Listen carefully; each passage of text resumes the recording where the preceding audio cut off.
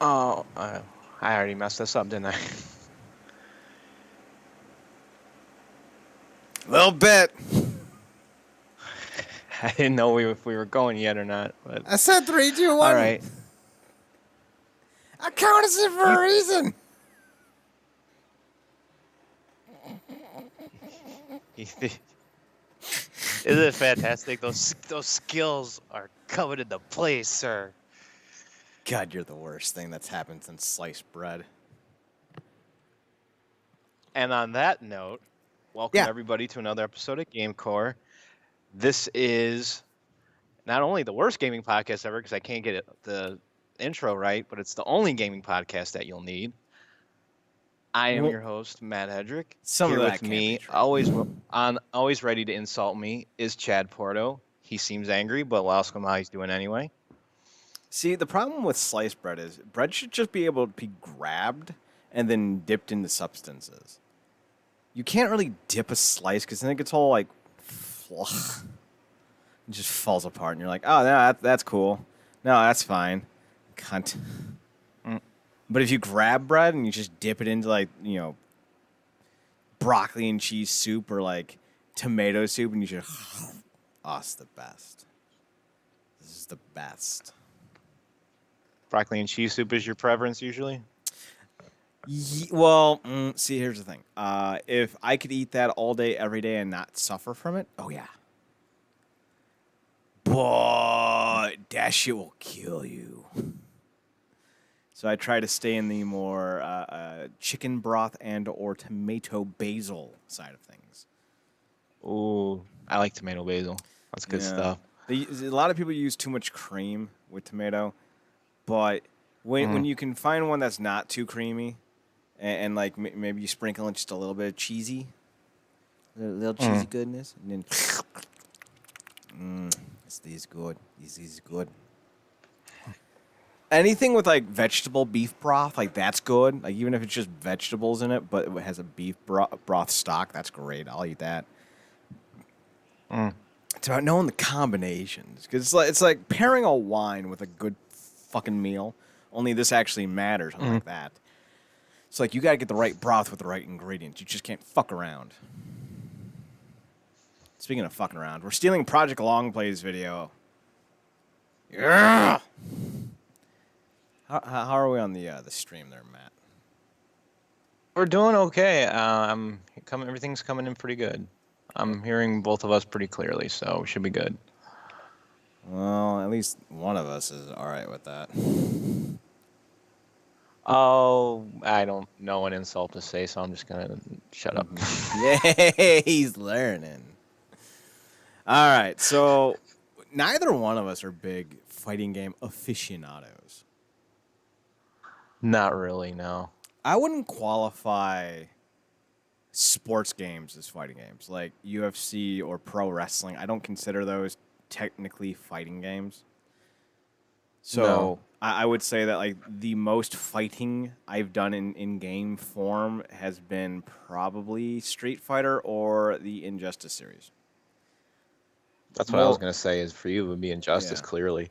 More recently in the Injustice series, but all time probably Street Fighter. Because Injustice only came out like what, 2012, 2013 was the first version, first game. Was it that long ago? Really? Mm-hmm. Yeah, I played the first Injustice on the PS3. That's okay, yeah. Because I remember there being like a Wii U version as well, so it had to have been that early on then. But I've been playing Street Fighter since Street Fighter 1. I haven't kept up with Street Fighter, though. I want to be clear about that. I stopped playing after the third game. I don't know. To be fair, this series is like all over the place with its releases and stuff, so it's kind of hard to like keep track.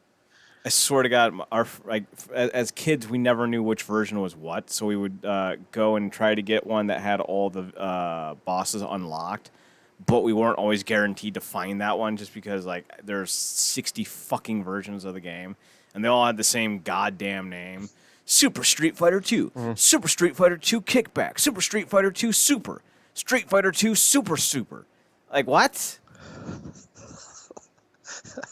Like, take our money here, take our money here. We're too lazy to release a new game. We're just gonna keep throwing the same shit at you. How about you just call it Super Street Fighter 8 characters, Super Street Fighter 12 characters, Super Street Fighter 16 characters, Super Street Fighter 12 characters, but you can go really fucking fast.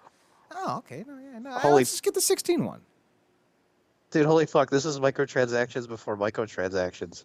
Yeah, holy shit. but it wasn't even micro. It was macro transactions. They made you pay $60 goddamn for each re-release. Oh, fuck. Yeah, they're Let not me talk nice about how people. egregious things are nowadays. Like, come on. They're not nice people. No. So let's firstly get with the graphics. I played this on the PS4. I got the 30th anniversary version, which had all the types in it. And to be clear, we are reviewing Super Street Fighter 2, the new Challengers. That's the version we're reviewing. Not Super Street Fighter 2, not Super Street Fighter 2 Turbo, not Street Fighter Turbo, not fucking Power Ranger Street Fighter Turbo, not Street Fighter Power Ranger Turbo to the moon, goddamn action.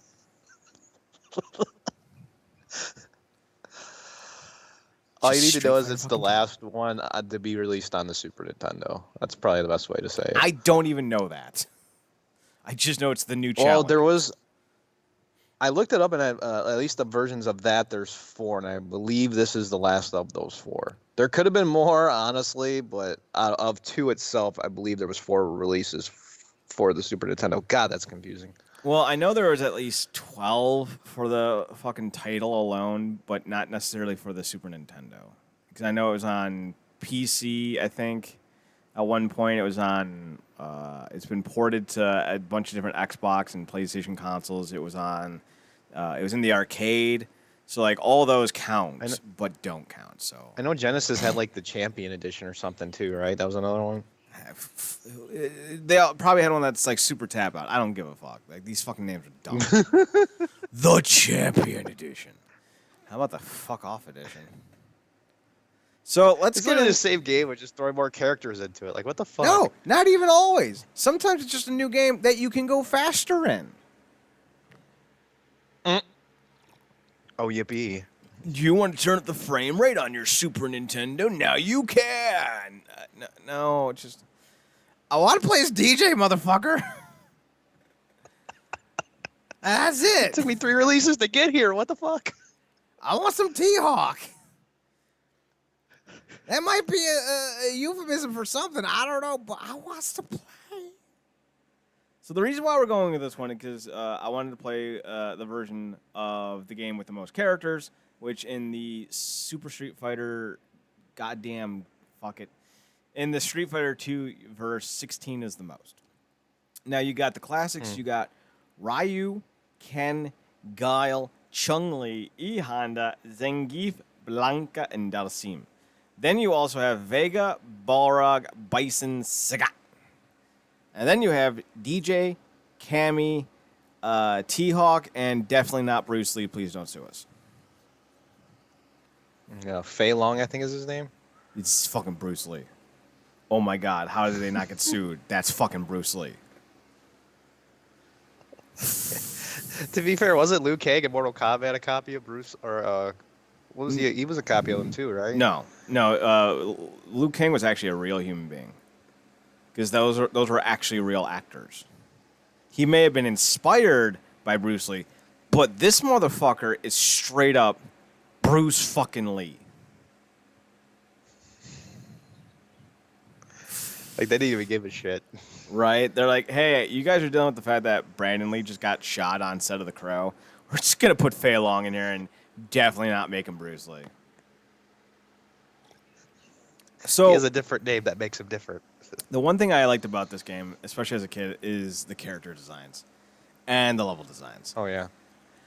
It's so good. It's a very pretty game. Glorious, man. It's a very pretty game. I love the dumb, like, yeah, background effects. Everyone's just moving like 3 fucking animations. It's great. 2 animations, I'm sorry. It looks like a bad dance craze. Like, this dude's, like, in the back fucking pumping his fists, like, trying to, with his hand in his goddamn shorts. You got a dude who can't even be we all know what's going to unbothered. entertain him is a fucking party on a boat. This is what you want to see is a fucking 2 people fighting in front of it. That was a nice attempt. You got this dude who can't even unhook his arms because he's just so unbothered by it all. Sweet deal, guys. Way to be. The character designs are iconic, especially for the up to Street Fighter 2. You know, like Vega has one of the best looking designs of all time, especially with that porcelain mask that he has. Caillou and Ryu, goddammit. Ken and Ryu being basic palette swaps to one another, but with blonde hair and dark hair for the other. Real simple. I love Sagat being 8 feet tall with a giant fucking scar down his chest. Zangief being a pro wrestler who's all goddamn hairy. Like, seriously, that chest thing isn't supposed to be a scar, it's hair. Didn't Dalsim like literally fucking float in the air? Yep, Dalsim just decided that he was going to say fuck all to gravity. Oh, and he can stretch his limbs. Oh, like he's Gumby or some shit, dude. And Vega doesn't even need to jump off of anything in particular. He can just jump off of air. Because fuck physics. I'm telling you. The basic gist of these fights are that, you know, these people can unlock, like, I think it was like their chi or some bullshit, their soul spirit. It's something dumb. And that's why they're all able to, like, throw fireballs and shit. Hyukin! I'm doing well, thanks for asking. I never understood. Everybody always used to say him in a different way, like the terms he would use. Like Hadouken's the only one I know of, though. Then like there's the one where you do a spinning kick. I have no clue what the fuck he's saying. And then there's ha-cha-cha-cha. Is it like the spin one, like affected vegan or some stupid shit? I don't know what he's saying. I don't know. So graphically speaking, this is beautifully done. I'm giving this a 5. It would be hard to dispute that, honestly. I mean, for the sheer animations and all the things taking place in the stages alone, and how like full of life all of these characters are, you know, despite obviously the palette swap between two of them, they're all full of personality, man. So it's really hard to dog on this in any way. There's so much variety to everything taking place in this game. So yeah, easy 5, no question. We talk about music in games needing a 5 if it's iconic. If you're going to get an iconic score, it's got to be a 5. Now, to be fair, I couldn't tell you what the, like, it's like the, dun, dun, dun, dun, dun, dun, dun, dun, like, whatever. It's, but then you get to the levels, and each level has its own theme, and they're not all bangers. Like, we got Zangief and Dalsim, and but then we also get Ryu stage, and Ken stage, and Cammy stage. And then we get the best stage, Colonel Goddamn Guile. Fucking epic music in that one. Damn. I would argue that Colonel Guile's theme is better than anything that has been on the system at any point in time at this current generation of game. Not Mario, not Sonic, not nothing. It gets a 5. Do you really still believe just for that one track it gets the 5? Goddamn, yes it does. All right. No, I mean that makes sense considering like you only need one iconic track to stand out. So. How many hits does Survivor have? How many hits do the Scorpions have? Can you even tell me another song that the guys who did Eye of the Tiger did? No. Because you don't need them. Because it's, I got the Eye of the Tiger, got the will of the fight, fighting up to the challenge of a rival. That's all you need. I need to watch Rocky. Fun fact, the people that did the instrumental music for Rocky also did it for the Karate Kid. Huh. That's cool. Yeah. It's like not like the that. like in a burning hut. Like not that one, but like the Oh,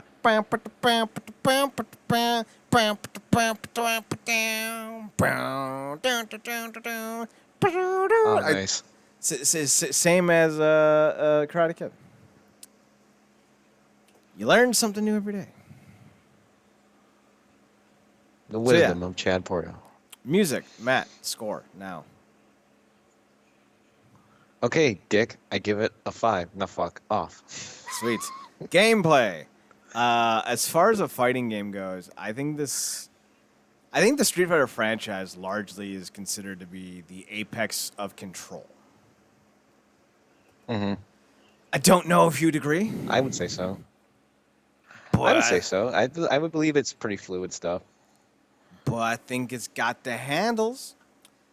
You don't ever have to worry about any type of glitching with the attacks. Each character is generally playable in a bit of a different way from one another. Like, you're seeing Vega right now, and the point of Vega is that he's a leaper. He's a Spaniard who likes to leap. But like when you play as Zangief or E Honda or even Chun-Li, you're gonna play a different style. Zangief's gonna do his suplexes, and E Honda is gonna use his girth and movement. Excuse me. While Chun-Li's gonna use her legs and quickness. So there's actually a variety of styles within the game itself, and you pick the person that matches your style. I don't know if they've still kind of applied that thought process in these games, like in like 4 and 5. But I know in 2, it was a very big deal. So I'm going to give gameplay a 5. I think the brilliance of this is the fact that there's a high level of balance in the fighting. Mm-hmm. There's always one way to counteract the moves of another character. Like, it almost feels like they have them separated in classes without them actually telling you where people fall. You just have to kind of figure it out on your own. Because you got like your heavy brute guys, you got your faster characters, you got your more technical fighters, that kind of thing. Mm-hmm. So it makes each encounter that much more enjoyable because there's always a new strategy you got to figure out. So I liked it for that. So, and the mechanics themselves are solid. They're pretty easy to get your head around. I mean, most of the special moves are just a basic couple of taps of certain buttons. It's not like a big elaborate combos or anything. So this is an accessible game for the most part. So I would have to say, yeah, this is easily a 5. There's no question. They would definitely go with big combos later on in the series. So, as far as fun factor goes, I'm very much a fan of bright colors, unique design characters, unique kind of patterns and fighting styles. Like, I couldn't tell you what Vega does as a style because it's just fucking nonsense. But Sagat's a Muay Thai fighter. Excuse me. And what I appreciate is, as a fan of mixed martial arts and combat sports in general, a lot of his strikes, besides, the whole tiger flying fist or whatever the fuck it's called, where it just shoots fire at you, Sagat actually has genuine Muay Thai strikes in his arsenal. I think that's neat. I did not know that because I'm not really familiar with most of these like fighting styles, at least from like the technical standpoint. So it's a good thing to know. You're technical D-bag. Excuse me. Okay, I was giving you a compliment, but what happened? So I think overall, fun factor for me is definitely a 5. It hits all the right notes. Excuse me. Music's amazing. Gameplay's really solid. Graphics are astounding for the era. And it's just it's a fun thing to look at and immerse yourself in. I think for as frustrated as I do get with fighting games, because as we stated in the beginning of the show, that they're just not really our most favorite of genres. We haven't played a lot of these games, so getting my head around the mechanics sometimes isn't always the easiest thing to do. But I can't deny that I had a blast, especially trying to figure out how to get past the next character. Mm-hmm. That was a big push for me. Like, every time I was like, man, this person's not working against like Blanca or E Honda or something, I would change it up and see if that fighting style worked or that fighting style worked. And that's where I had a blast with this. I always feel like it's rewarding because of that. Like that's a good thing about this game. So Yeah, there's everything here works. There's nothing here that's bad. There's nothing here that you can't, with a little bit of practice, get over. You know, it's pretty accessible. So 5, no question. It's about learning the consistency and getting the skills down. As a kid, I didn't like having to do all the button mashing to do all the special skills. But as an adult, I don't have the same issue with it. But it's still not my favorite thing because it makes me remember the Acclaim WWE series. Up, down, R1 triangle, body slam. Oh, cool. What's next?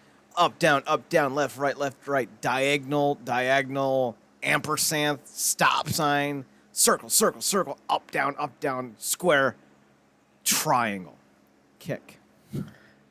Do you think maybe one of the reasons why there were so many different like versions of this game, other than the fact they were milking money out of it, was that these games were the biggest hits in the arcades, and a lot of the better control, the way the games controlled better, was because of the arcade sticks and your more free ability to get a wider range of movement, maybe? Yeah, absolutely. That's exactly why.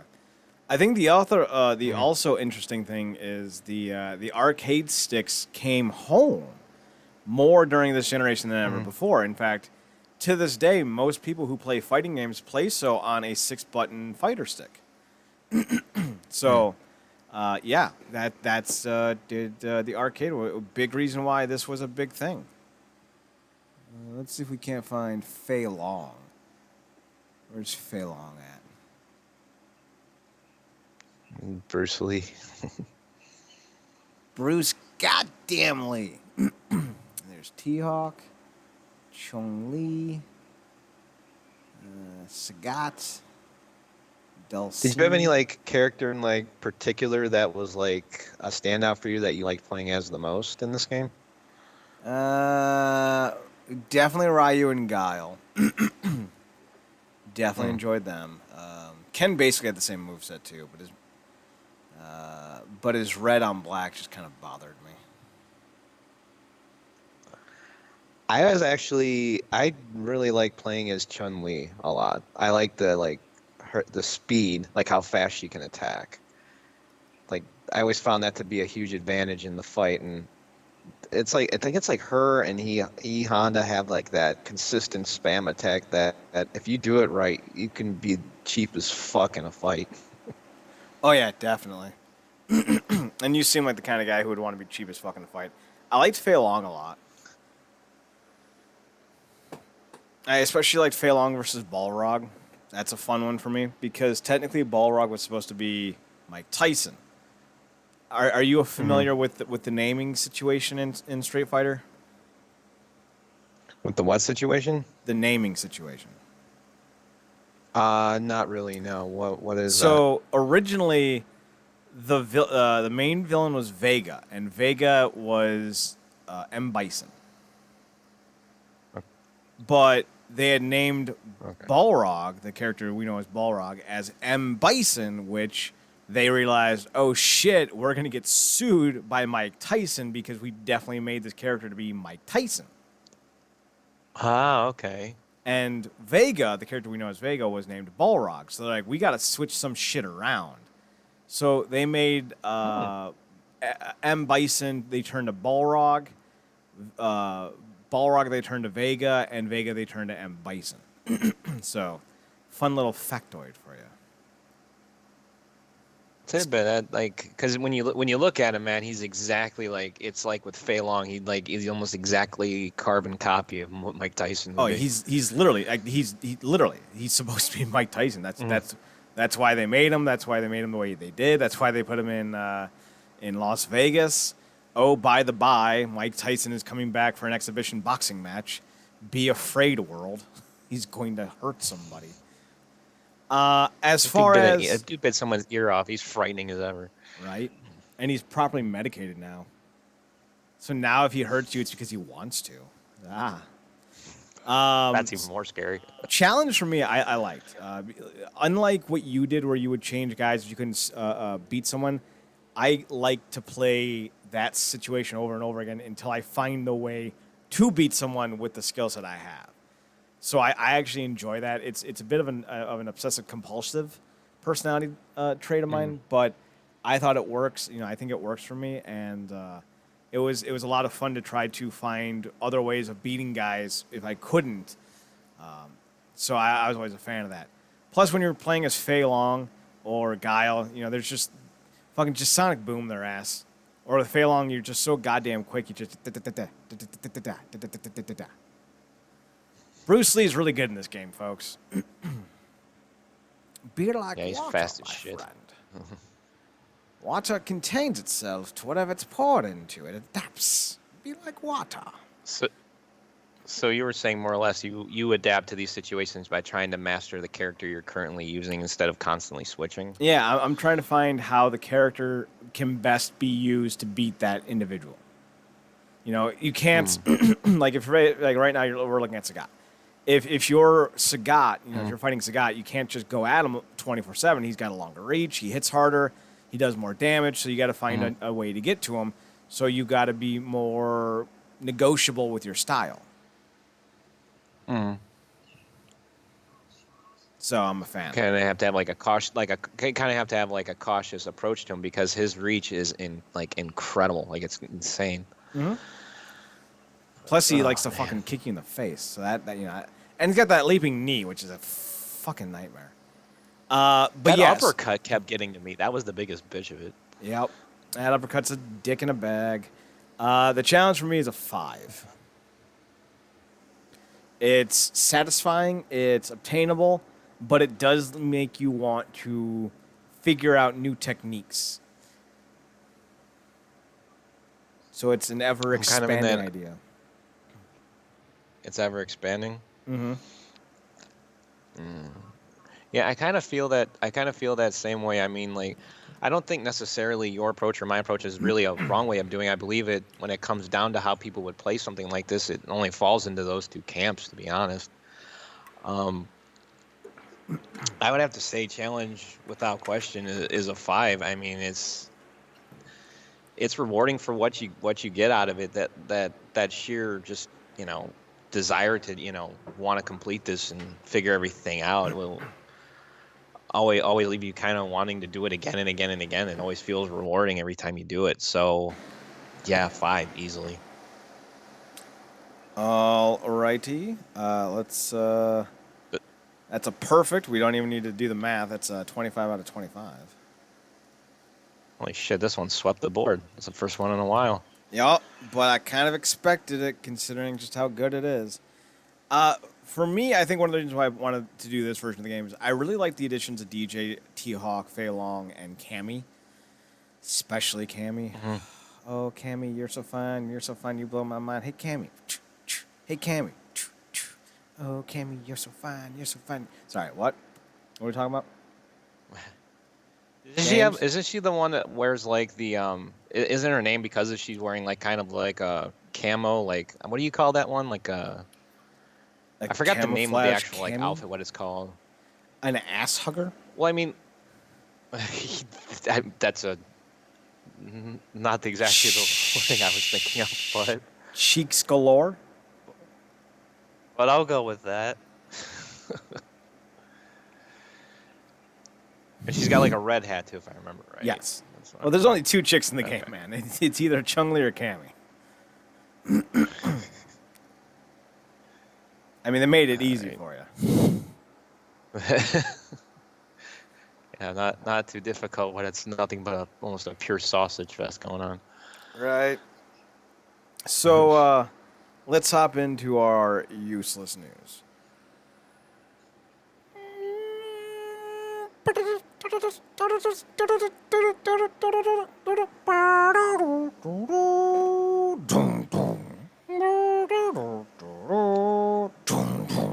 Now it's time for your useless news with your host, M. Bison Hedrick.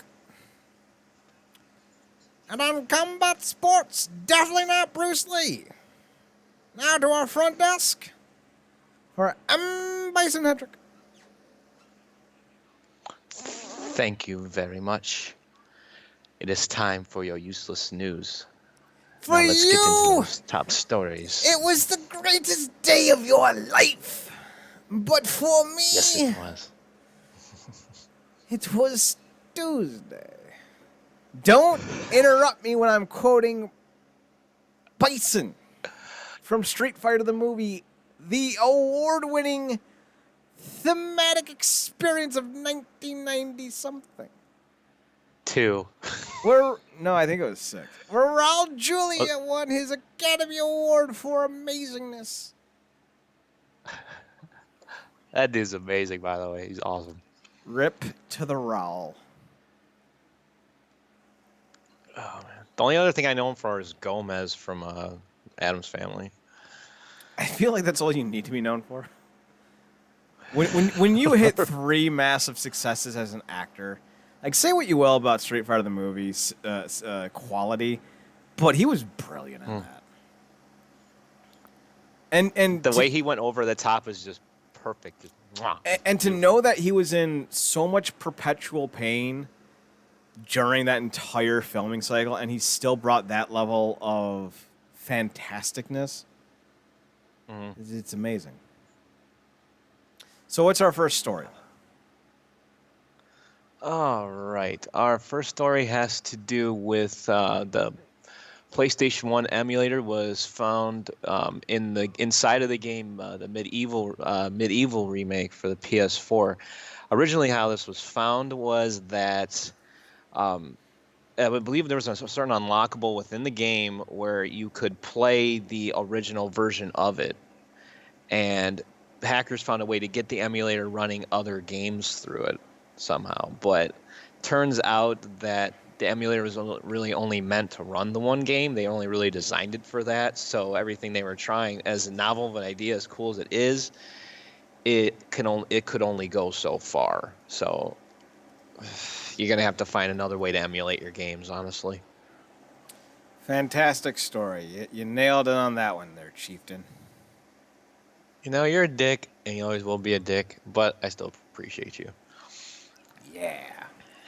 All right, I have no idea what this is. Flip Mewson returns after IGN plagiarism controversy. Yeah, we did go over this story. This was about a year ago. He plagiarized the Dead Cells review from another YouTube channel called Boomstick Gaming. There was a big comparison video done about it about a year ago, and he never really fully apologized for it. And when he did, he was kind of vague about it. And now, just a few days ago, he decides to post a follow-up review to it, kind of passively mentioning the plagiarism, talking about, like, this game was so good that I forgot exactly how he worded that I was speechless and I had to take someone else's words for it, like he's joking about it. And that caused a lot of his former colleagues or whatever to basically, you know, denounce him even further, saying that's just not the kind of shit you should really be saying. And the fact that you're even trying to review games now, why? At the moment, I think the biggest argument is the moment you plagiarize, that your credibility is gone, and you trying to do this again, I believe that's the one you can't really constitute a second chance for. That was a big argument with it. Well, you can constitute, like, here's the thing. I want to be very clear here. I think plagiarism sucks, and anyone who does it sucks. It's video games. It's not that big of a deal. If this dude wants to do his own reviews on a YouTube channel, who the fuck cares? Either watch it or don't, right? Like, I'm not going to, because was it really I don't trust affecting, him. right? Right, exactly. I don't trust the thing he's doing. But on the other hand, he's not spreading misinformation about Corona. Corona. No. So, like, I don't care. Like, this is like saying, you know, Steve's doing, you know, golden retriever reviews online, talking about this golden retriever video, and it's so fucked. What? Like, this is what you're mad at?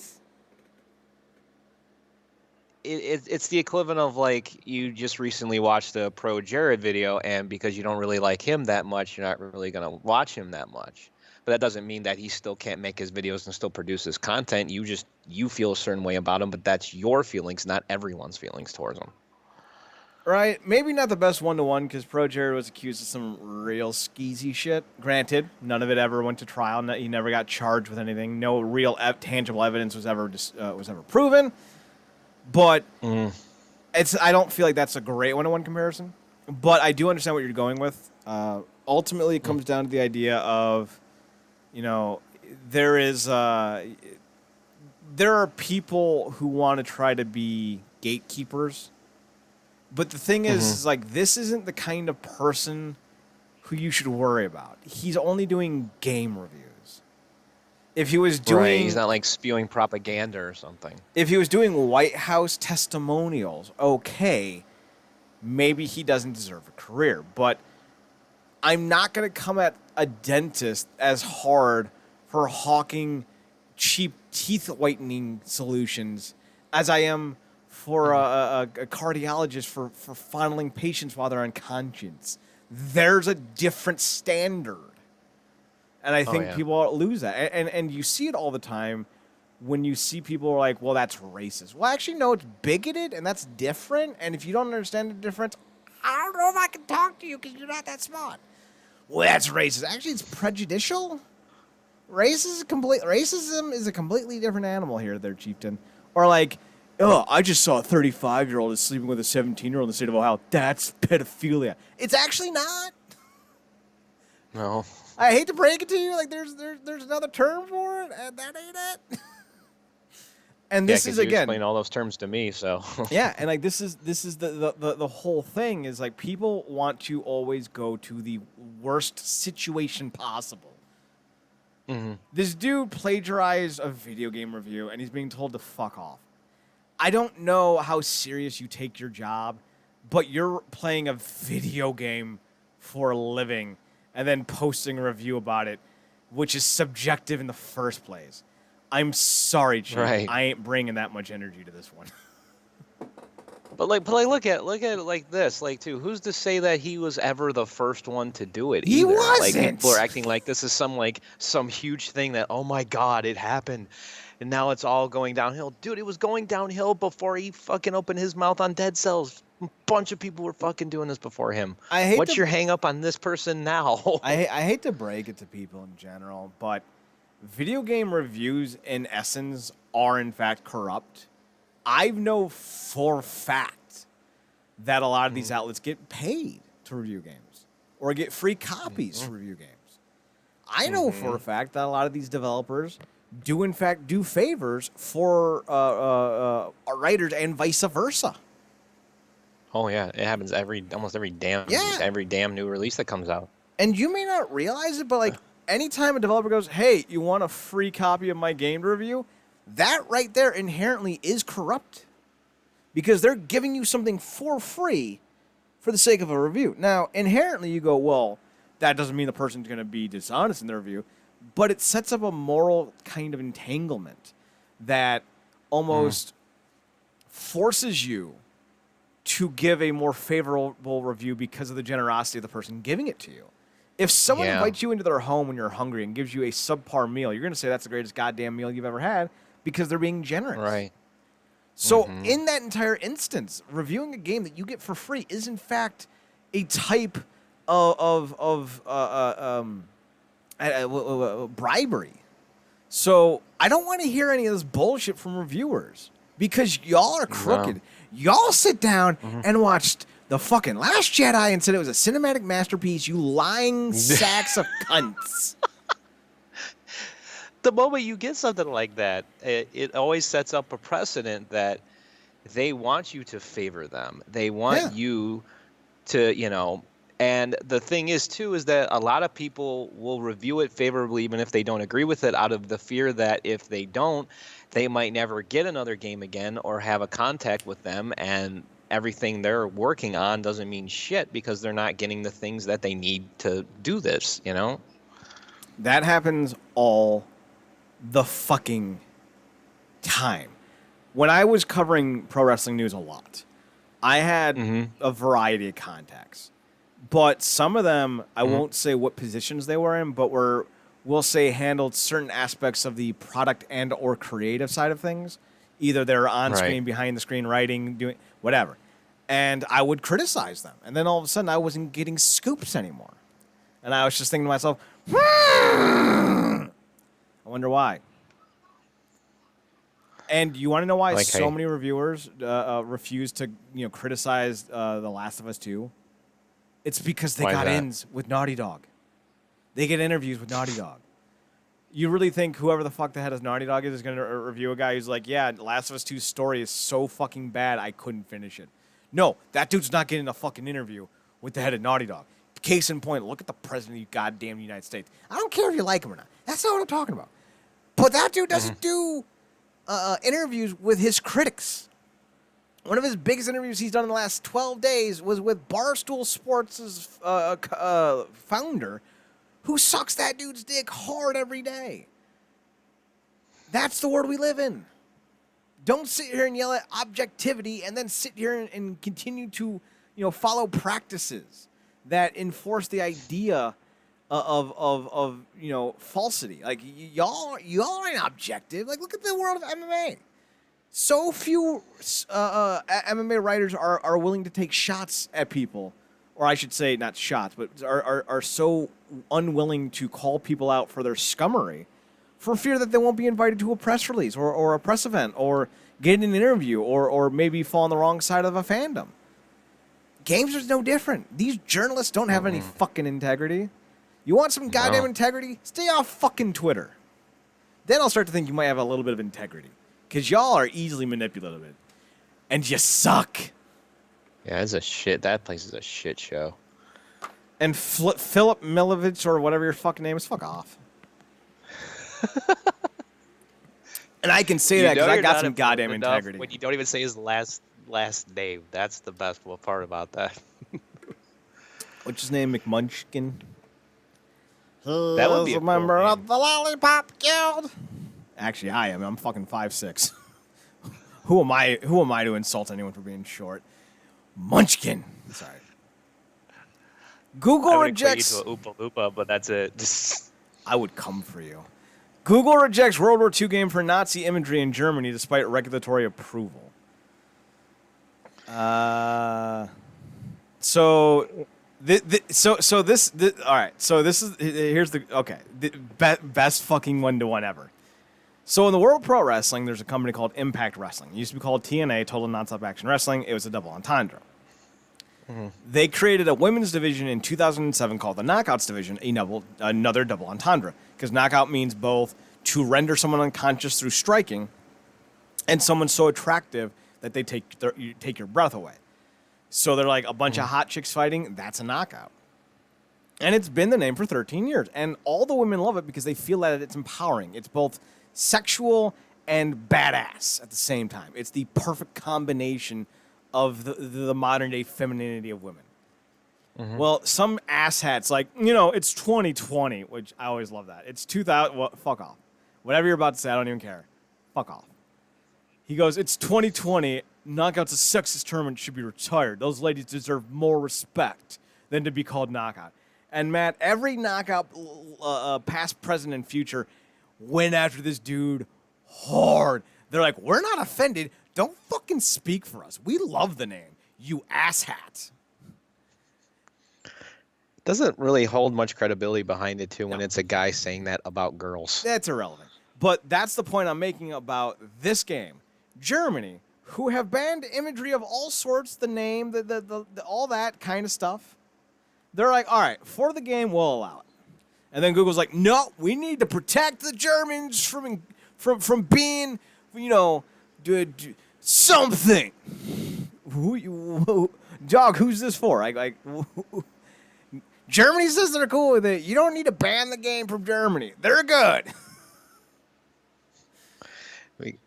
Because of all things mentions of Nazis, really? Well, now, to be specific, in Germany, since the 1950s, it is illegal to broadcast, own, procure, create, or have any other wise to do with the development of Nazi symbolism in the country. It is illegal. It is a felony, and it carries a very harsh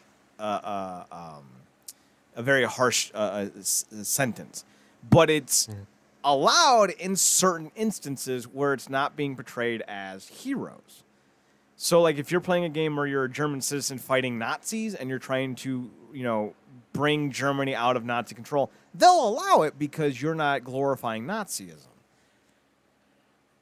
So this whole thing doesn't make any fucking sense. Google's just overstepping their bounds because they're fucking Google and they're totalitarian, they're tyrannical, they're fucking asshats. They're Noogle because they're Nazis.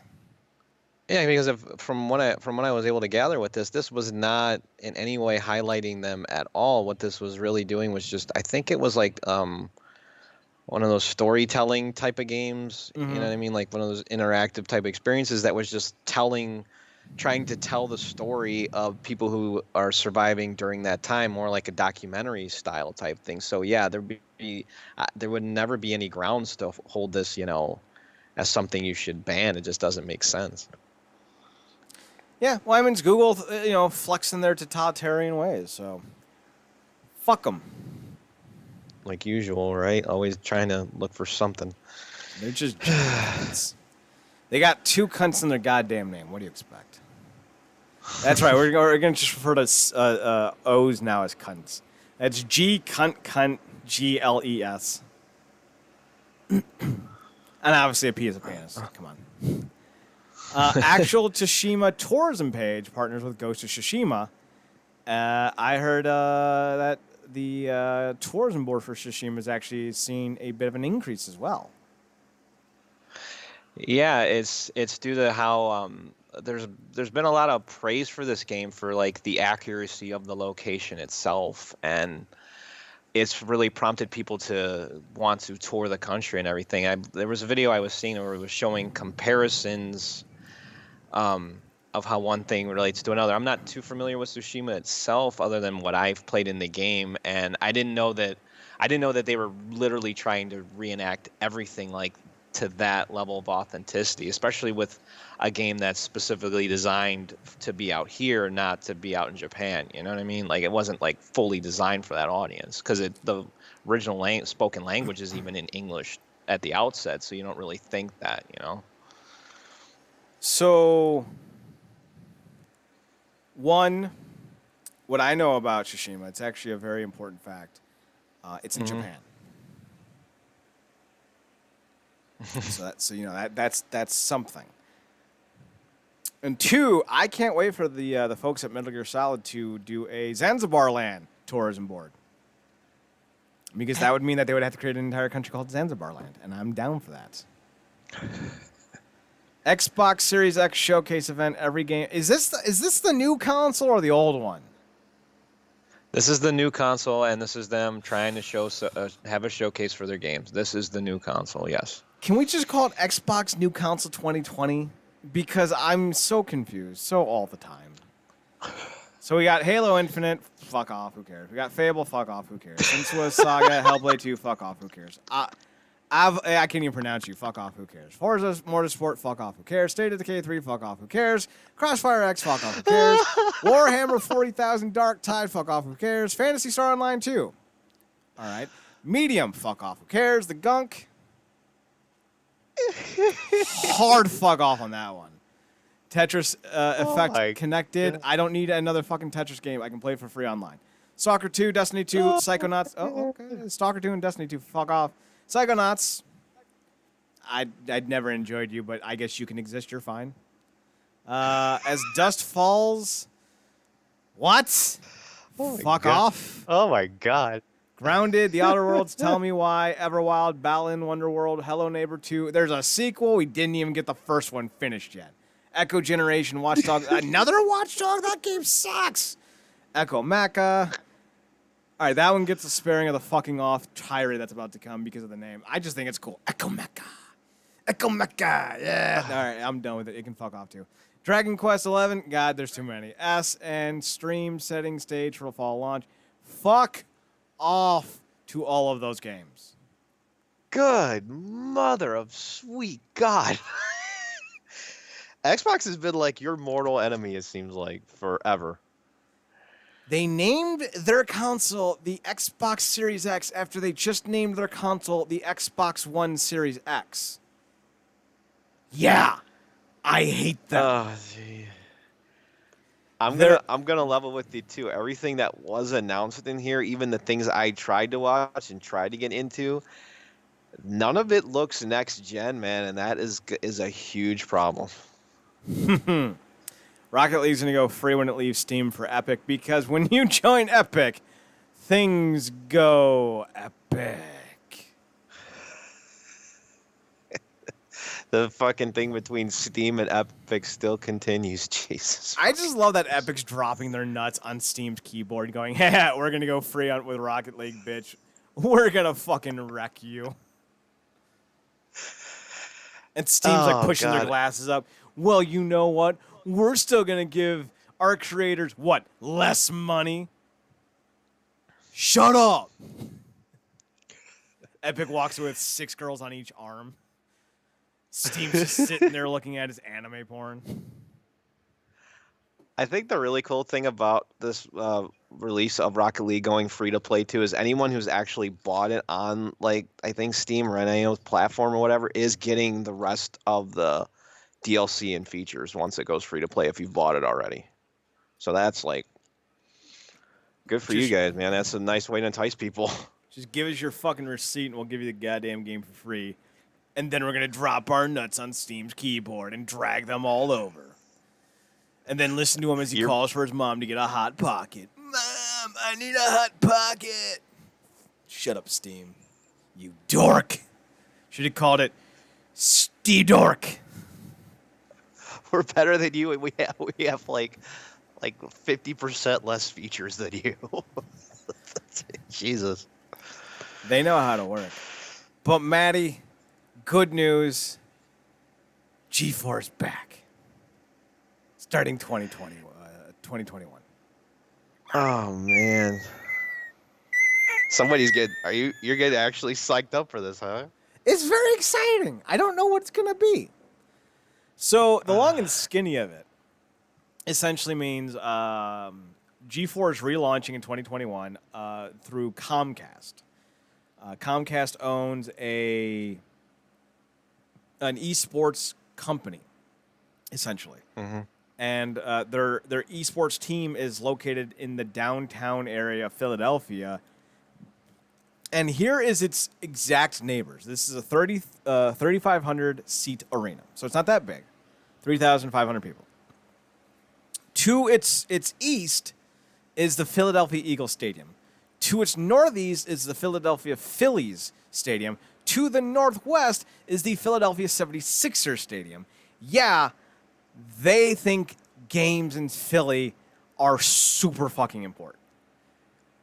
Those 4 arenas occupy the same 2 blocks. Wow. So Comcast's esports e-game division is the one relaunching G4. They have 2 former G4 producers on board already that were on board prior to the announcement of G4's return. What was the other bit of information? I think there was something else. Generally speaking, though, there's not much to the announcement. The website's back up. The Twitter accounts are active. Olivia Munn is posting gifs of her in a Japanese schoolgirl outfit. All is right in the world.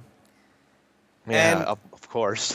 the thing with G4 is, like, I saw a video on it like a long time ago, like 8 or 9 months ago, that like went through like its beginning, how, you know, like the channels that it was prior, because it was technically something else before it became G4, and like all the things that G4 brought to the gaming console and the gaming zeitgeist. You know, like they were the first ones to really do Let's Plays and commentary over videos. So like they were innovators for a lot of things that YouTube would eventually, you know, pick up on and eventually evolve into Twitch. So they have a lot of legitimate credibility in that realm just off of that name alone. But they're also a great lifestyle brand. And a lifestyle brand, for Matt and everyone else who doesn't know what it is, Because I know Matt's about to go like, what's a lifestyle brand? I'm just waiting for you to say something. So I'm a fucking lifestyle brand. A lifestyle brand essentially is the community that surrounds an entity. So like if you have a video game lifestyle brand, you're gonna talk about products that video game fans would like. You're gonna look at pieces of media that video game fans would like movies and TV shows and comics and such. You'll talk about celebrities and people within the industry that you have an interest in. And it's kind of like, essentially imagine if it was, the E Network. Mm-hmm. Imagine the E Network for a specified audience, like video game fans, sports fans, comic book fans, what have you. It's a lifestyle brand. So it talks about all the things in the lifestyle brand. And that was what G4 was for a long time, was, it was part of that brand. But, the way cable kind of went in 2010, it became bloated. There was a lot of channels that were getting a million views each week, or not each week, but each day.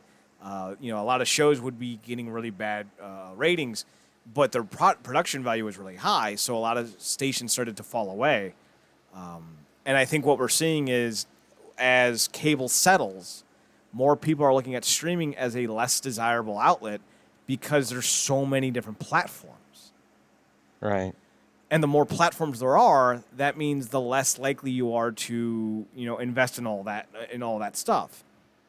So a lot of people are either going to stay with cable or reinvest in something similar to cable. Maybe not cable. Maybe it'll be like with Sling TV. It's a streaming service of its own, but it streams TV stations like ESPN, not HD, History Channel, AMC. So like you don't even need to own a cable box. You can just pay $20 a month and you get all these you get 20 channels, and it works. And I think G4 is looking to capitalize on that. At least I shouldn't say capitalize. I think G4 is looking at that trend and expecting it to trend upwards and get back into it when they do. Because if this was just a YouTube or Twitch stream channel that like IGN has become, I think this would have already launched, because there's not as much that needs to go into launching a YouTube channel as opposed to launching an actual television station. So that's part of the reason why I think that this is going to be a full-fledged TV channel as well. But I also think it's going to be very heavy on esports entertainment specifically. I think they have contracts lined up because otherwise, why not launch now? They're waiting for certain contracts to expire with certain networks, I think with TBS exclusively, and jump in and quite possibly get themselves in a position where they would be on they'd be taking over a major channel. For point of emphasis, we're old. I'm 33, you're 35. So when I say this, we're both going to know exactly what the fuck we're talking about. Remember the TV Guide channel? Yes, I do. The TV Guide channel, for people who don't believe this thing existed, was a channel that just was a digital a TV guide for what was airing right now on the stations that you owned. There used to be a book called the TV Guide Channel Book that would tell you, hey, Thursday at 5 p.m., Dukes of Hazzard's going to be on. Guess what? Gone now. Gone. And now it's been regulated to just hitting the guide on your thing and looking at channels now. Yep. Just in real time now. But instead of just getting rid of that station, for me, because it was Cox Cable, it was Channel 39. What they did was they moved it down the spectrum on the dial to Channel 63. And instead of just putting it off the air and pulling it, because you know how sometimes you'll scan through channels and it'll go like 60, 61, 64, because there's no 63. Not so much anymore, but back in the day, that's exactly what happened. What it ended up becoming is Pop TV. They rebranded. And Pop TV has had two pretty predominant stations, or not stations, shows on their station. One being Impact Wrestling, which we mentioned earlier in the broadcast, and the second being the very popular and well-received Schitt's Creek, starring Gene Levy. So they've kind of done some good stuff. They're also very big with the Big Brother era of stuff. They got something called Pop Sugar, something called Hot Dates. They got Celebrity Big Brother. They got something called Click. They revived the. So this is fucking dumb. They revived the remake series of One Day at a Time. It got picked up by Netflix back in 2016 or so, and it ran for 3 seasons, and Netflix didn't pick it up for a 4th season, so Pop TV picked it up for a 4th season. And on top of all that, they also air reruns of Beverly Hills 90210, Charmed, ER, Ghost Whisperers, The Goldbergs, The Love Boat. This is a weird network, man. Yeah, it is. I love it, though. And they have a lot of stuff with Celebrity Big Brother. So G4 could say, hey, I'm trying to think of a station that's doing shit. It could look at Discovery Channel. Or, yeah, that actually works. It could look at Discovery Channel, buy them out, and start running their content on their block. It would be a way to go. And it would bring them more instant eyes, because one of the problems that G4 had when it was first in its inaugural run was that it was a super premium channel. Mm-hmm. Like when it was airing, I had this isn't the actual terms, but there's cable plus, cable premium, and cable premium plus, and then like them's your like adult channels. I had cable plus, right? Like I had a few movie channels. But I didn't have ESPN Deportes. I didn't have, the Ocho. I didn't have, Disney XD or Boomerang. That was the next tier up. And that was the tier that G4 was on for a lot of providers. For G4 to work, they need to make sure that they're in front of as many eyes as possible as fast as possible. So that means trying to take over someone else's channel. Another instance, I'm sure you've heard of Fox Sports. Yes, I have. I'm saying this not to be a dick, but there is a distinct difference than Fox Sports. Like there's Fox Sports, the brand. Like NFL on Fox 8 for us is Fox Sports. But there's a cable channel called Fox Sports. It's called Fox Sports 1, technically, FS1. Have you heard of that? Mm-hmm. Yes, I have. Okay.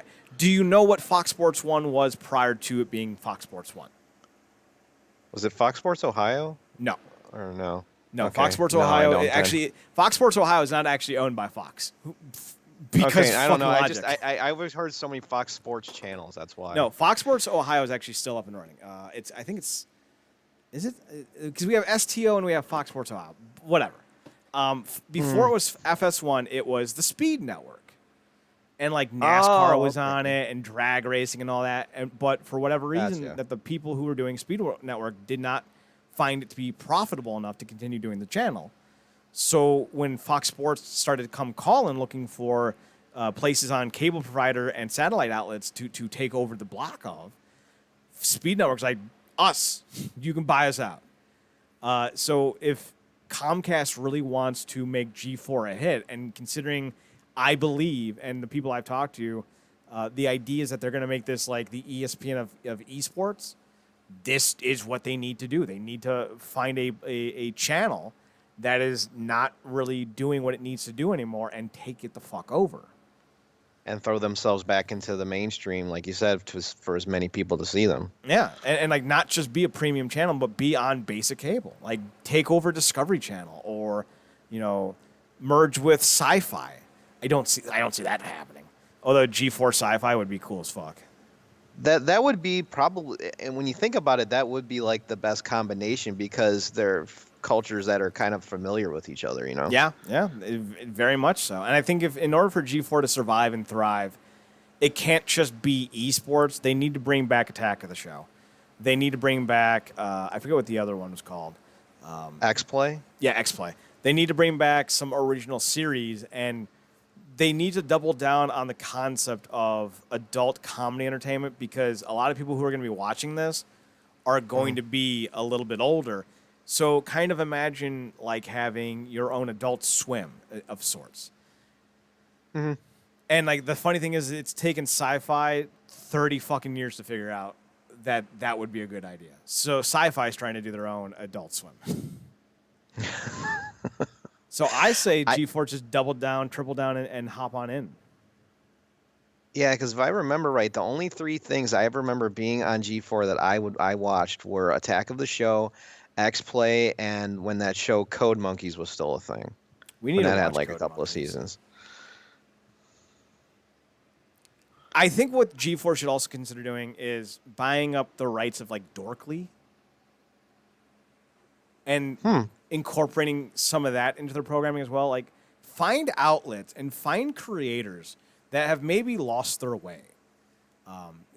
Buy the digital rights of Dorkly and start bringing that into your content. Maybe because Craig of Game Attack, Screw Attack, he's now on his own. He's a very big name in the video game realm in terms of like fan base. Maybe have him host Attack of the Show. That would be cool. Bring in people who can help synergize the property. Because you could have some YouTube personalities that are big prominent names. You can have them to host this stuff, and they can not only have their names just on YouTube. Now they could be part of mainstream for many more people to see them. Yeah. Now the thing that I think they need to do and do this right is don't just be reliant on being a TV station. I think they should also do what Sci-Fi is doing with Sci-Fi Wire, where they have a digital arm of their network. And they have really great content on there. Like, two of my favorite sci-fi things are the what the fuck is it called? Like the Look Back, I think is what it's called. Let me just fucking pull up Sci-Fi Wire real fast, because they just did one all the things you didn't know about, like Godzilla the animated series, and I'm like, fuck yeah, I'm so watching this. This Everything You Didn't Know is what it's called. So my two favorite things that they do is Warp Factor, which is their Star Trek review, and Everything You Didn't Know. And those are probably their two most popular fucking entities at the moment on their service. Not service, but their digital channel. So I think if you were to be in that kind of realm with G4, where you not only uploaded content from your TV show to your YouTube channel and had your video game hosts stream on Twitch and then have exclusive content for your YouTube page, I think you could really be a fucking hit in 2021. Yeah, you could do some damage nowadays, man, especially with how far this type of content has come. You could be a Rooster Teeth with some balls. You could be a Rooster Teeth with some actual teeth. I haven't gotten Rooster Teeth in years. I actually dropped their channel a long time ago. I watched their subsidiary Inside Gaming. But not all the time, because some of the hosts on that are fucking obnoxious. So yeah, that's what G4 is. I'm looking forward to 2021. Hopefully we'll all still be alive. I want to see it. Like, I wasn't like always the biggest fan. Like, the only show I was actually like watched on a daily basis, or at least on when it actually premiered, was X Play. That was a nice one to have, but like that's been relegated to just regular reviews nowadays. In terms of like, what is X Play still around technically? No, what I mean is like the idea of what X Play is, like bringing it back. It's already technically is being done by numerous other people. It was just a place to kind of lock a bunch of reviews down to. Now it's just kind of spread out a bunch of different like video game reviewers now. Well, what you do is you can't just have a show idea. You gotta have personalities. Like, you gotta have people that are engaging and captivating and can really fucking hit this goddamn thing out of the park. Because you want to be presented as that kind of better idea, if you will. Like, why bother watching Pro Jared review this game when I can watch Sally somebody, and she's not only sexy, but her comedic timing is on point. So that's kind of the realm you want to go with. You don't want to just settle into, well, let's just do this or that. Whatever you do, it has to be powered by likable personalities that are not divisive, who can come in and garner you a fan base right off the bat. it's a cool way to entice people back to watching like cable too. I think that's a really cool way of like bringing people back to what like how content used to be distributed. You know, like I do appreciate the idea while also appealing to like the current generation as well. I like the nice balance there. If they're able to make their service, their TV station, available on Sling, I think they'll do really well. Because you can then get gangbusters. right. I think because like that's $20 a month, $30 a month. You get Disney, Nickelodeon. Well, actually, you either get Disney or Nickelodeon, or you get because it's 2 packages. There's technically 3 packages, but like one has like these channels, another one has those channels, and then another channel has these and those channels. It's fucking dumb. But like, if you're, if you're able to get on one of those packages, like Nickelodeon or Disney, ESPN or Fox Sports, you can have like AMC or History Channel or like, and if you're on both packages, because like some stations are like Access TV, which is like a developing channel that Impact Wrestling airs on right now and does like some other musical stuff. They're on both packages. So like it doesn't matter when you buy, you get access. Like if G4 can get in that situation where on all 3 of the packages you get them, woo! Plus some good advertising and some good social media hype, you could be off and running with 1 million viewers first week. Oh, yeah. Come on, G4 needs to come back. Let's do it. Let's talk about YouTube. Let's do that. Ugh. They're cunts. Moving on. The YouTube is cunts, really. And why is that? Because they're owned by Google.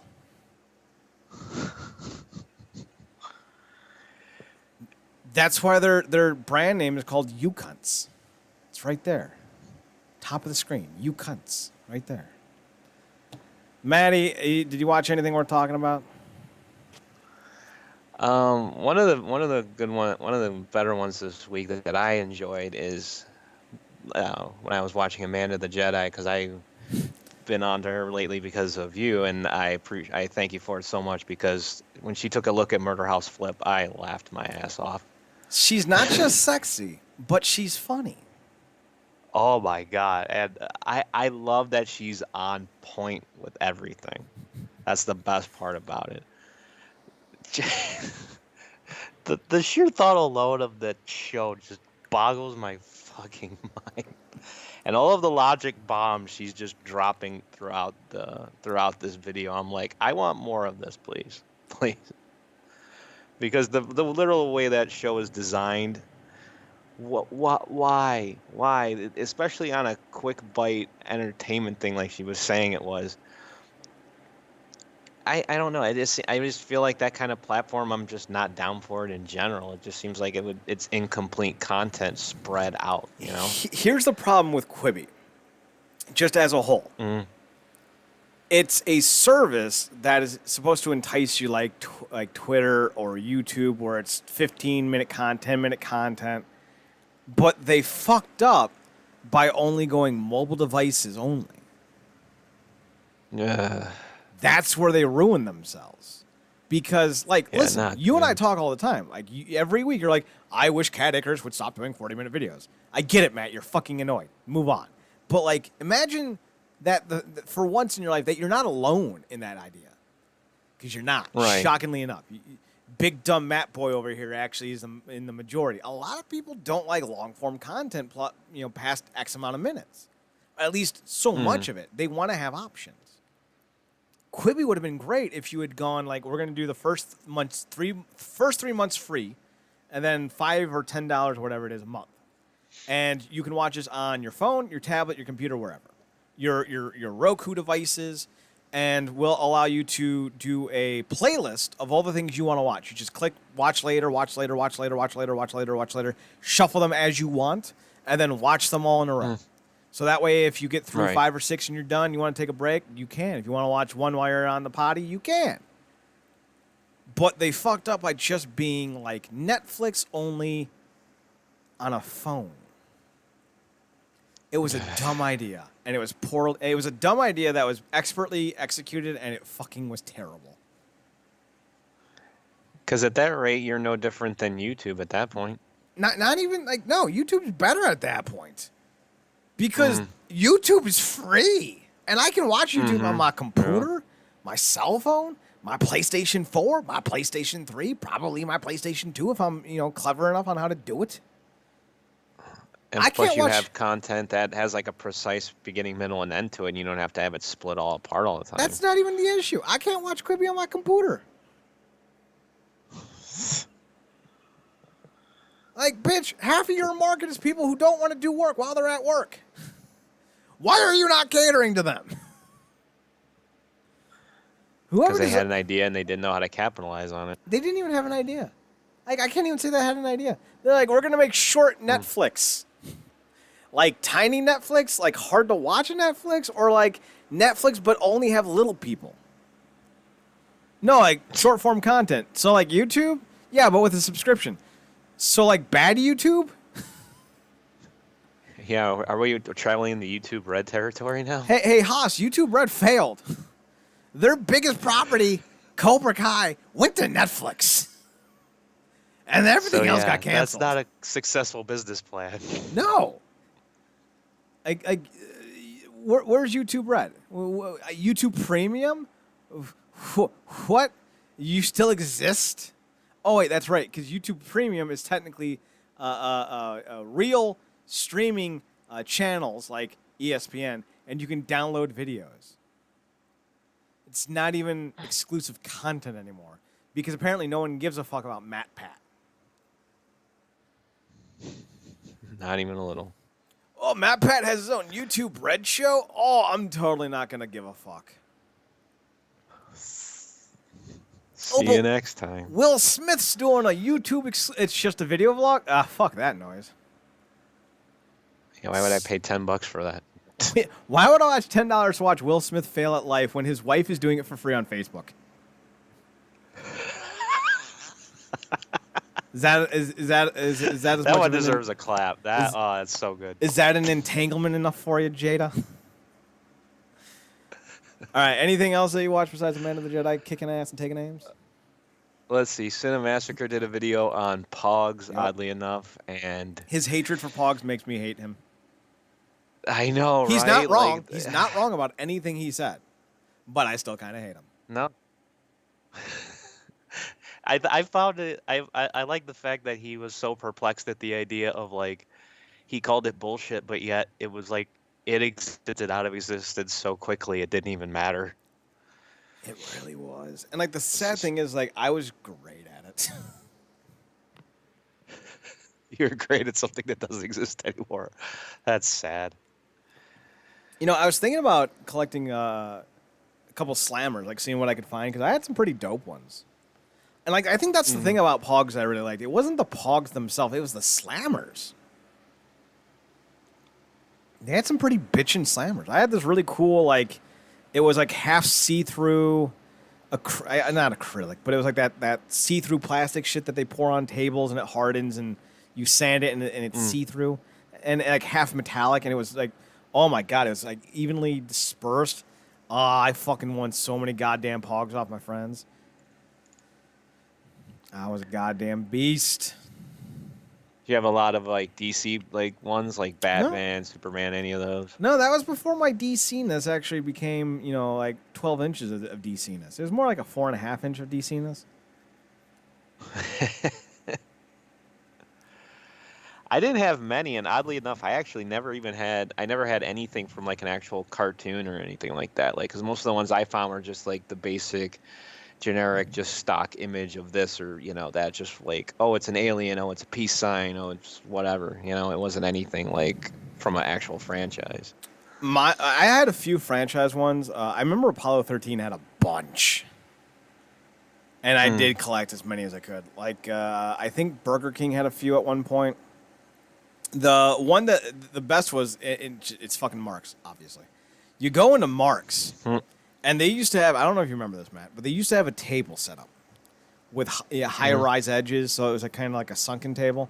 So like you could pour like a bunch of shit in there, and it would just be a pile of like thousands and thousands of Pogs, and they're like a container for $1. Yeah, I remember that. So Chatty Homeboy got 10 containers, his $10 bill, playa all, and went to goddamn work cleaning them out of all the ones I wanted. And I was always looking for like the off-brand ninjas or the off-brand robots or the off-brand superheroes because I thought they were cool. And I was like, yeah, I can make up fucking stories with this dude. It looks like his name would be Rattatacac or whatever. I don't fucking know. I'm terrible at naming things. Metallalegs. Wasn't too bad. Frumpy the Hero Bunny. But like I would go to fucking Mark's and like as my mother and brothers were shopping, I would just get these fucking 10-ass containers. And like at first they didn't specify how big the containers were. So I would go and get the biggest fucking container I could find. And I would be like walking up with like goddamn 1,000 pogs or 2,000 pogs in these containers.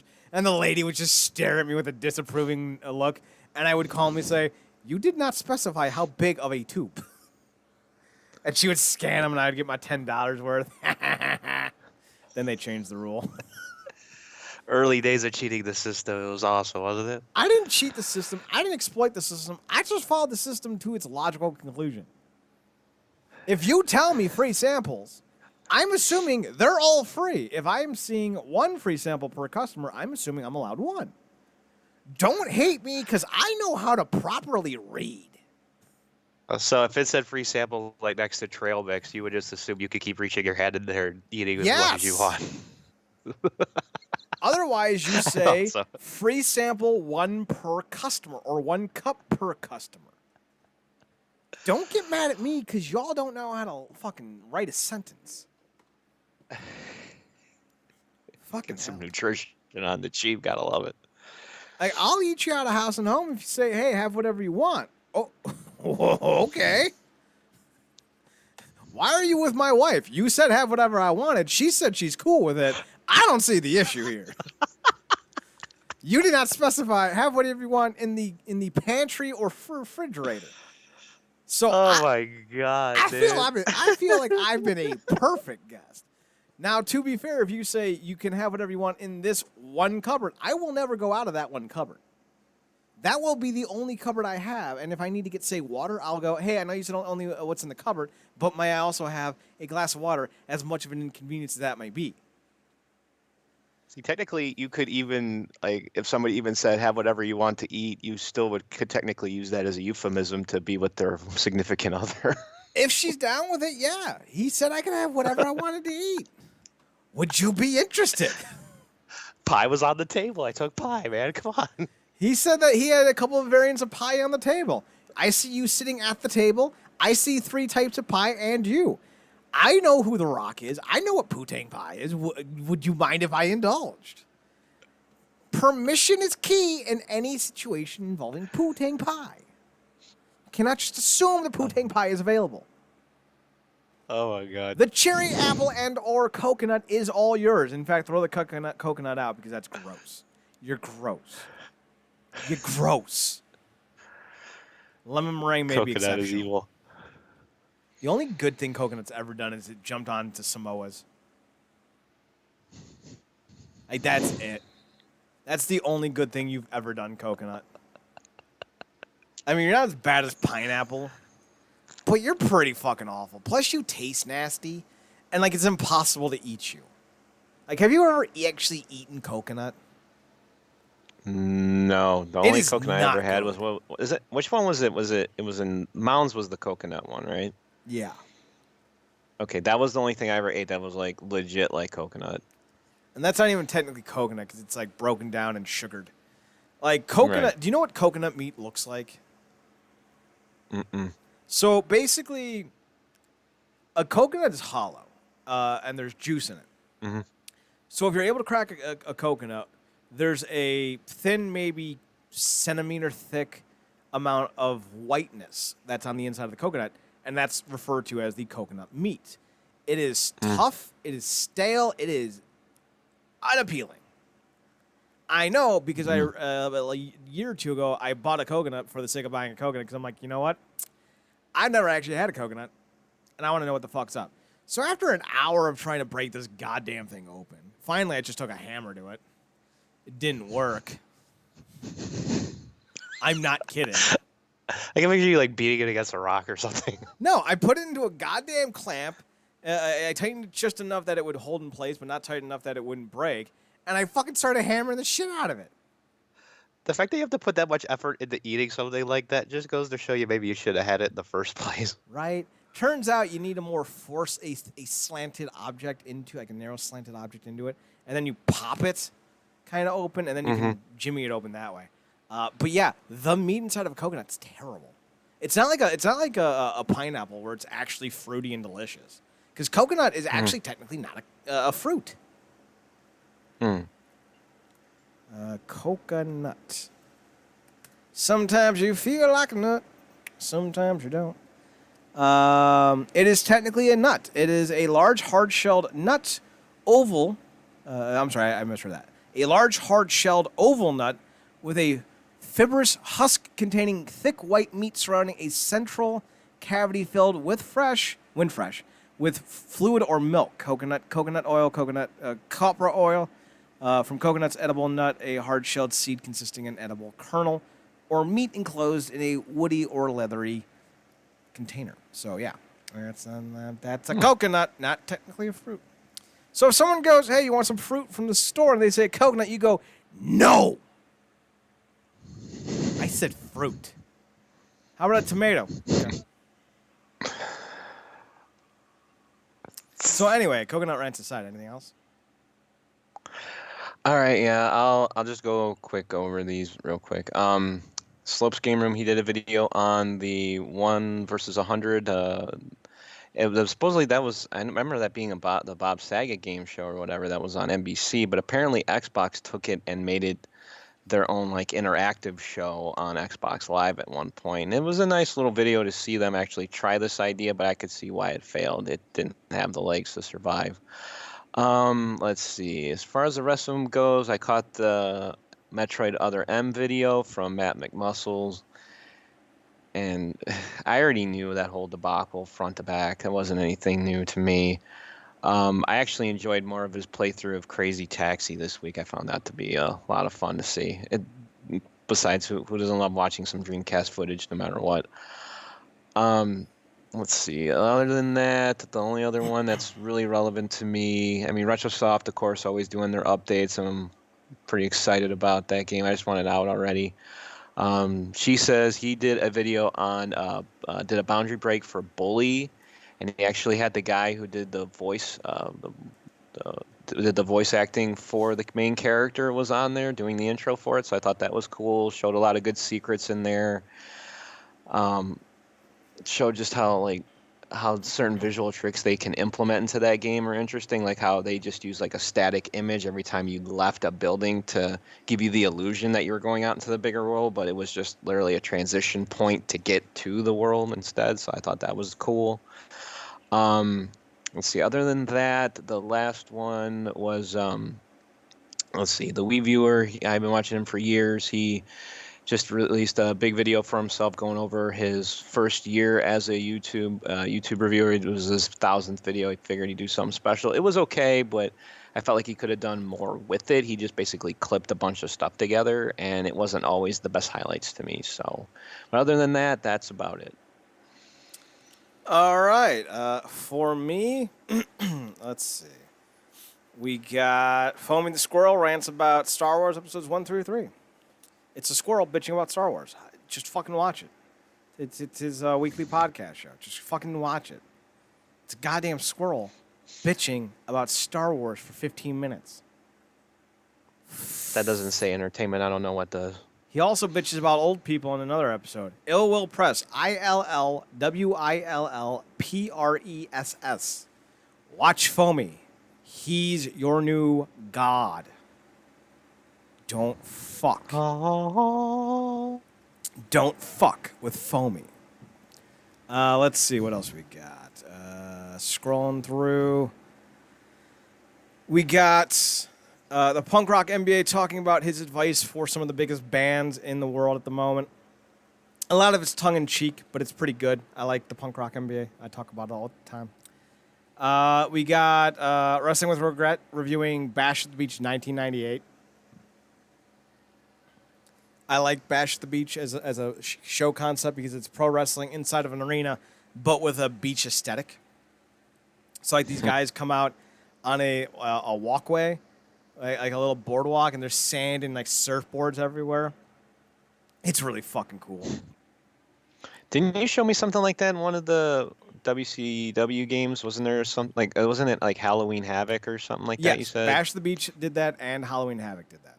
Halloween Havoc had a giant orange gargoyle, not orange gargoyle. The gargoyle was purple, but the gargoyle was holding a pumpkin. It was inflatable, and it was awesome. And pro wrestling needs to abandon the idea of like super high tech bullshit and go back to the big interactive shit. Like that's what fans want. Lazy Masquerade's back with another 9 more photos with disturbing backstories, and yeah, I would say that's accurate on that one. It was a thing. It was a thing. I mentioned before, but Godzilla, the series was reviewed by Sci-Fi Wire. I didn't realize that Paget Brewster was a part of the show back in the day, so I really liked learning that one. you said that was an animated series. Yeah, after the movie came out in like 97, 98, they made it into an animated series, and it was done by the same people that did, or at least done by the same producer and director that did Men in Black, the series, and the Jackie Chan Adventures, because it's the same art style. Ooh, that's cool. The show sucks. It only got. I had a feeling because both of those weren't necessarily on the high caliber quality. It only got 2 seasons, and part of the reason why I didn't get a 3rd season was because the ratings were so low they couldn't even make toys for it because there just wasn't enough fan demand for it. So it's really interesting, but it's cool to see why they went with the decisions they made, and they talked about how like in the show, it's not the same Godzilla from the movie, like the movie that had just come out. This Godzilla is different. And at a certain point, the Godzilla from the movie, the Matthew Broderick movie, comes back into the show, but as Robo Godzilla, because they couldn't say Mecha Godzilla because Toho was too finicky with the production rights. So like if you wanted to use Mecha Godzilla or like Mothra, you couldn't. I mean, you could, but you would have to sit down and talk to them, and like they would give you a list of guidelines of what you could and couldn't do with them because they didn't want their properties to be damaged, intellectually speaking. So they wanted to have a little bit of say over like what you'd be allowed to do. But the process is so time consuming, especially in 1998, to have conversations with Japanese individuals over the phone in 1998 because the internet wasn't great, so you couldn't just Skype them, you couldn't Zoom them. No. So that production wise, we didn't have enough time to get the rights to this. So like we just decided to make our own linear versions, and instead of it being Mecha Godzilla, it was Robo Godzilla. Okay, fair enough. So like that shit's interesting. I love that show, and the guy who hosts it's really fucking likable, and he's always got an upbeat personality, and even when something sucks, he goes, "Yeah, but at least it gave us this," and you kind of just nod, and you're like, "Yep, got a point." So what was the name of the show again that you said? It's on Sci-Fi Wire, the YouTube channel, and it's everything you didn't know. Sci-Fi Wire only posts 3 or 4 videos a week, so it's gonna be really easy to find it. So just go to Sci-Fi Wire. It's gonna have a giant fucking thumbnail of Godzilla.